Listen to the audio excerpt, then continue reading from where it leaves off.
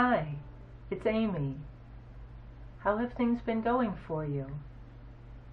I trust that you're enjoying these videos and that you are practicing each of the techniques that we talk about. When we talked about these exercises, we were talking about stimulating the relaxation response. Let's discuss that for a moment. You've heard of the fight or flight response. When you are suddenly in danger, real danger or imaginary danger, the sympathetic nervous system is triggered and it says, oh my gosh, something terrible is happening, fight or flight, fight or flight. Those are your options. So when you feel anxiety, it's triggering the sympathetic nervous system and you have the urge to fight or flee. But you don't want that. You want to trigger the other side of your nervous system, the parasympathetic nervous system. That involves all of the relaxing activities, including rest, sleep, digestion, and lowering your heart rate. And when you trigger the parasympathetic nervous system, that's called the relaxation response. So you have the fight or flight response, and its opposite, the relaxation response. One makes you more agitated, and one makes you less agitated. So in these videos, we're learning a lot of different ways to trigger the relaxation response. One of them is forward folds. Your nervous system runs all the way down your spine, from the brain, all the way down the spine, and out the extremities. What you want in order to trigger the relaxation response is to lengthen that spinal column and give your spinal column all the room that it needs to relax. So the simplest forward fold is just a head roll. You roll your head forward, lengthening the neck, lengthening the back, shoulders drop, chin toward the chest. So relaxing, you may nod off in the middle of whatever you are doing. The forward head roll is a very effective way to trigger the relaxation response. You can do it anywhere, especially now that it has actually become commonly accepted to look down at your phone or other electronic device while you're with people. Everybody now does the forward head roll. It may even have two benefits. You're doing the forward head roll, lengthening the back of the neck, lengthening the spine, and also it may be for you that your electronic device is a good distraction tool. Remember, when we have anxiety, we want to move from the anxious thought to a new thought in a new brain area. If your phone, your smartphone, your iPod, whatever it is, your video game, if that does that for you, that's okay. If you look down at your device and it transports you, it distracts you, it moves you into a new thought and a new activity pattern, go for it. But do be sure that you do that forward head roll, chin to the chest, to trigger the relaxation response. Depending on where you are, you can do even more than that. If you're at home or at an office where you can sit on the floor, or you're outdoors, you could do a complete forward fold. You sit with legs outstretched, straight out in front of you. Sit very tall, again, to lengthen the spine. Give that spinal cord all the movement it can have, all the space, all the relaxation. No tightness there, no scrunching, no crunching of the spinal cord. Sitting with the top of the head to the top of the sky, sitting very tall, lengthening the back of the neck, lengthening the spine, and then reaching out, not down. You don't want to scrunch your back. Reaching out, reaching forward, reaching for your toes, reaching, lengthening the neck, reaching outward. A complete forward fold. Hold it as long as it feels comfortable to you. It's very relaxing. If you happen to be standing, you could do the same. Here you are standing, you're by yourself, a complete forward fold, reaching for the toes, hold it as long as you like, and come back up again. Any of the gentle movements that you can think of to lengthen and relax the spine, to make space for the spinal cord. All of these things are gratefully received by your body, and they'll trigger the relaxation response. Practice that. Become really in tune with your body. Listen to the things that it needs, the things that it is asking you for. Because again, your physiology affects your mind. If your body is happy, your mind is much more likely to be happy. While we're talking about it, let's do the next technique, which is called fake it till you make it. If you are feeling overwhelmed, anxious, things aren't going well, you begin to feel the uncomfortable feelings. A way to change your physiology is to smile. If you smile, if you laugh, the brain receives the message, things must be okay. We're smiling, we're laughing, it must be all right. The feeling in the body of the smile, of the laughter, sends a message to your subconscious that everything is going pretty well. Now maybe you don't feel like smiling, but fake it till you make it. Look in the mirror if you want to. Smile at yourself. Go ahead and think of something funny. Laugh out loud. Go find a place where you can look at something funny so that you can laugh.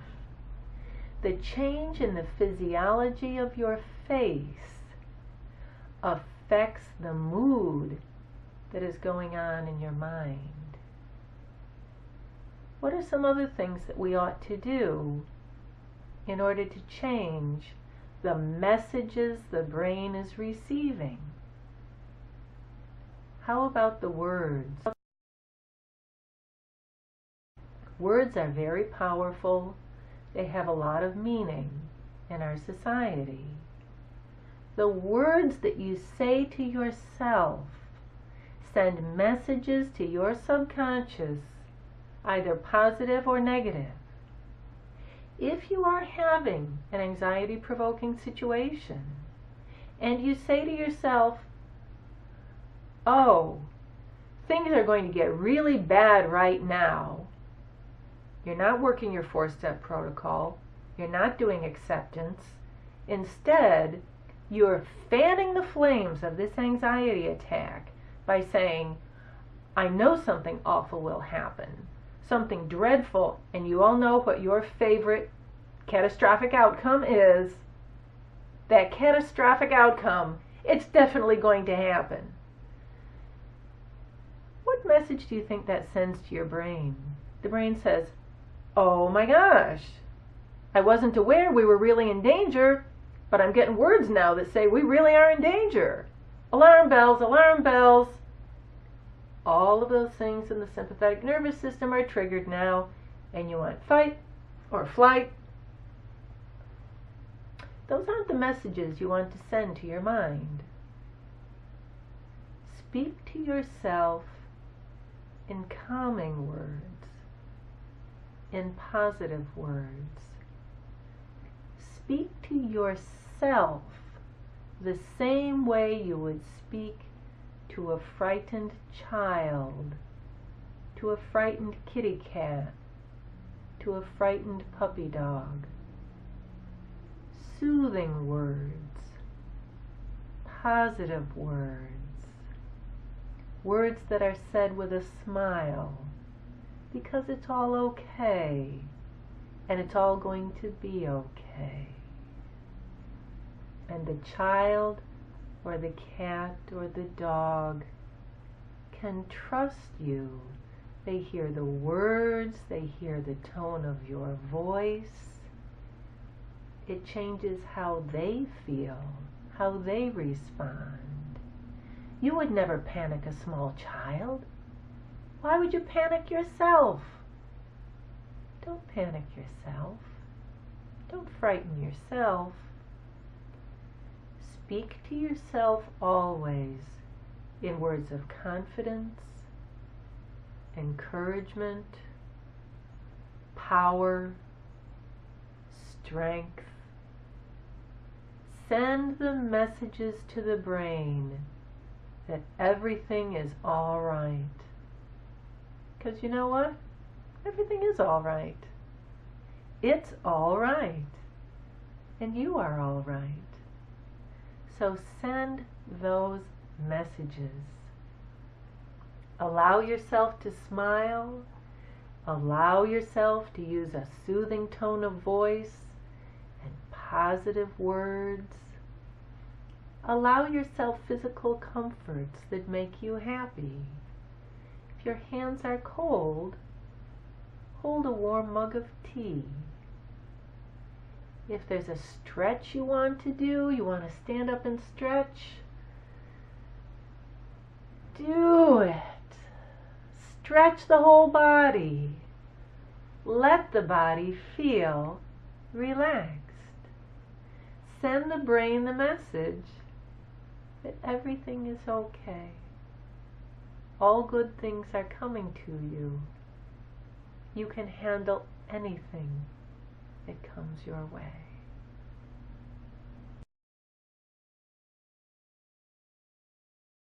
The last thing that we want to talk about today is another explanation of why these practices work. And the key is in the word practice. To practice something means to do it over and over with concentrated, focused attention. And when you do that, the neural pathway in your brain for that thought or that action lights up.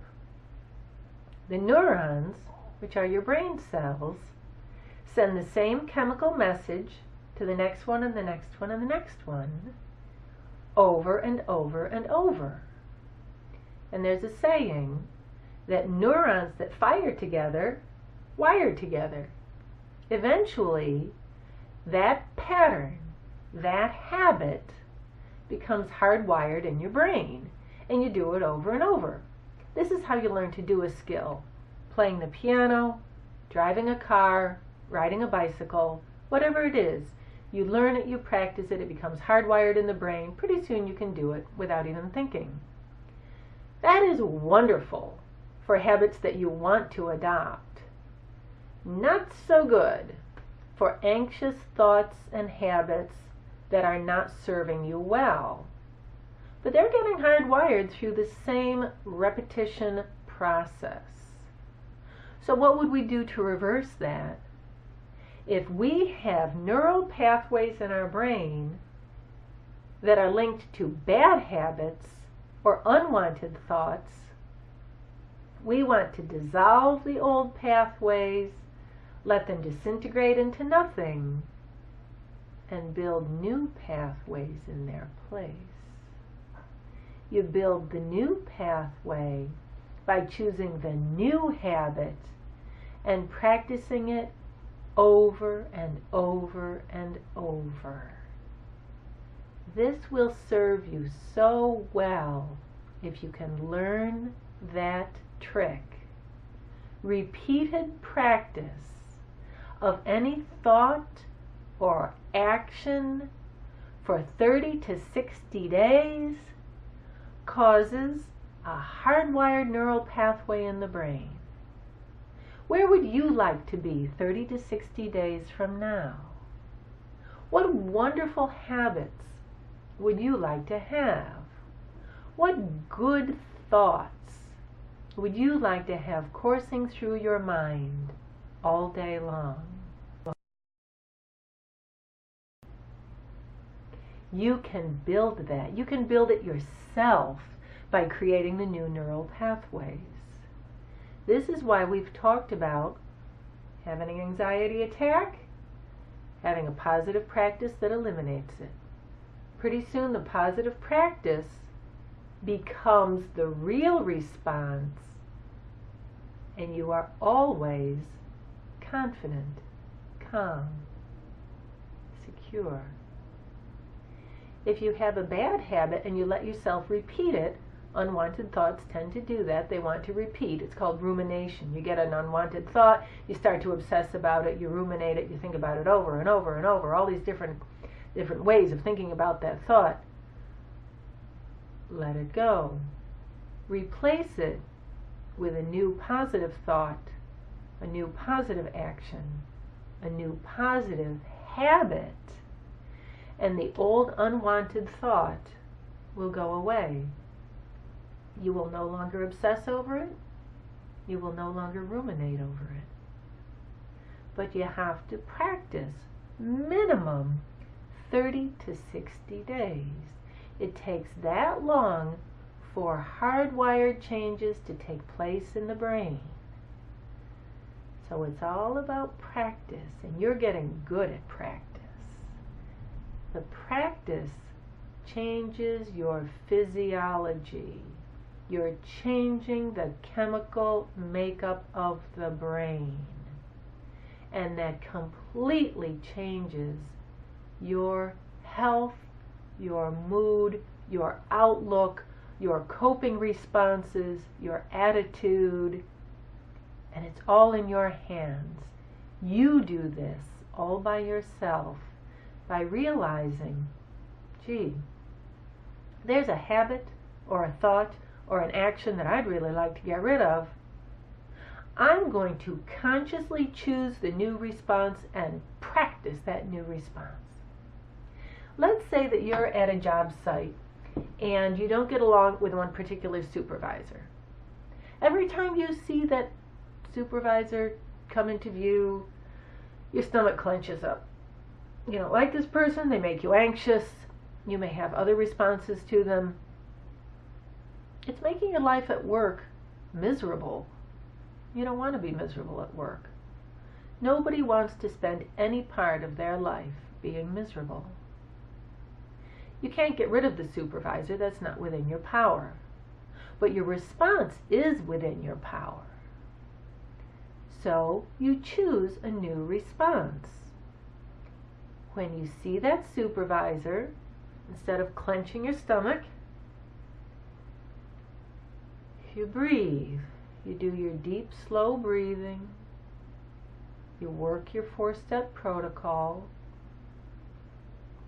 And perhaps you open your heart in compassion to that supervisor. After all, they're a human being. We're all human beings. And we're all flawed and defective. But perhaps if we can accept others as they are, they can accept us as we are. So if you can do it, open your heart in compassion to that person. Maybe that supervisor didn't have the greatest upbringing. Maybe they don't have a lot of love in their life. I don't know what their issues are. But if you open your heart in compassion, it's a completely new response for your conscious mind, your subconscious mind, and your whole physical body. Now you feel relaxed, accepting, open. If you do this new response for 60 days, every time you see that supervisor, you will feel better. I'm not saying the two of you will ever become friends. You don't have to love that person. But you don't have to be miserable.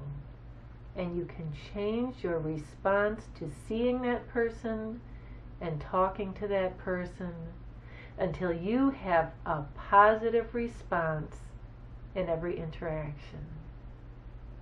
And now you're not miserable at work. Now you can be happy. Now you can be content. 60 days of repeated practice, and you can form new neural pathways. You can change your mind, you can change your life. I'm so proud of you for the work that you have done so far in this course. Thank you. I look forward to the next video.